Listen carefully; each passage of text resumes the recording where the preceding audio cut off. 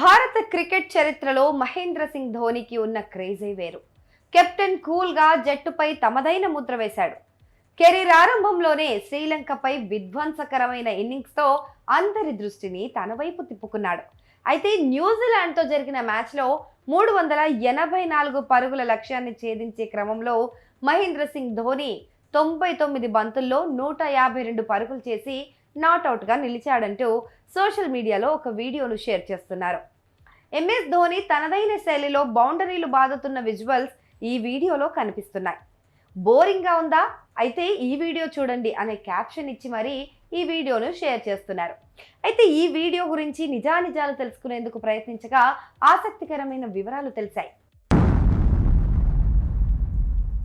ఎక్స్లో don AK account నుంచి ఈ వీడియోను షేర్ చేసి వన్డేల్లో గ్రేటెస్ట్ ఇన్నింగ్స్లో ఒకటి అని పేర్కొన్నారు.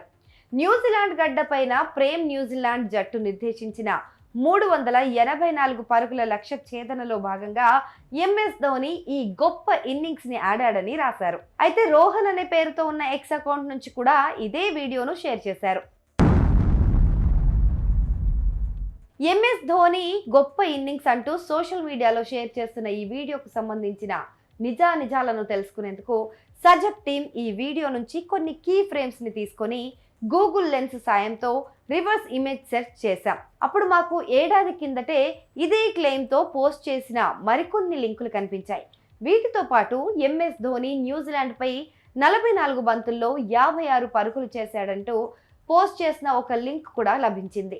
అయితే ప్రస్తుతం సోషల్ మీడియాలో పోస్ట్ చేస్తున్న వీడియోలోని విజువల్స్ ఈ వీడియోలోని విజువల్స్తో మ్యాచ్ అయ్యాయి. అంటే ఈ వీడియోలోని స్కోర్ కార్డును డిజిటల్గా ఎడిట్ చేసి తప్పుదోవ పట్టించే విధంగా షేర్ చేసి ఉండొచ్చని అనుమానం కలిగింది.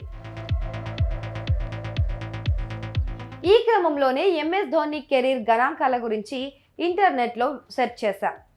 ధోని తన మొత్తం కెరీర్లో వన్డే క్రికెట్లో 152 నాట్అవుట్ స్కోర్ను ఎప్పుడూ నమోదు చేయలేదు. వన్డేల్లో ధోని అత్యధిక స్కోరు 183 నాట్అవుట్. విశాఖపట్నంలో జరిగిన మ్యాచ్లో శ్రీలంకపై ఈ రికార్డు నమోదు చేశాడు. వన్డేల్లో ధోని రెండో అత్యధిక పరుగులు 148. పాకిస్తాన్పై ఈ పరుగులు సాధించాడు. అయితే 2014 జనవరి 22న న్యూజిలాండ్లోని హోమిల్టన్లో జరిగిన మ్యాచ్లో ఆతిథ్య జట్టు విధించిన 272 పరుగుల లక్ష్యాన్ని ఛేదించే క్రమంలో ఎంఎస్ ధోని 44 బంతుల్లో 56 పరుగులు చేశాడు. ఈ మ్యాచ్లో విరాట్ కోహ్లీ 78 పరుగులు చేశాడు. భారత్ 41.3 ఓవర్లలో 9 వికెట్లు కోల్పోయి లక్ష్యాన్ని ఛేదించింది. అయితే ఈ మ్యాచ్లో ధోని ఇన్నింగ్స్కు సంబంధించిన వీడియో క్లిప్స్లో స్కోర్ బోర్డును డిజిటల్గా ఎడిట్ చేసి తప్పుదోవ పట్టించే విధంగా షేర్ చేస్తున్నట్లు మా పరిశోధనలో తేలింది.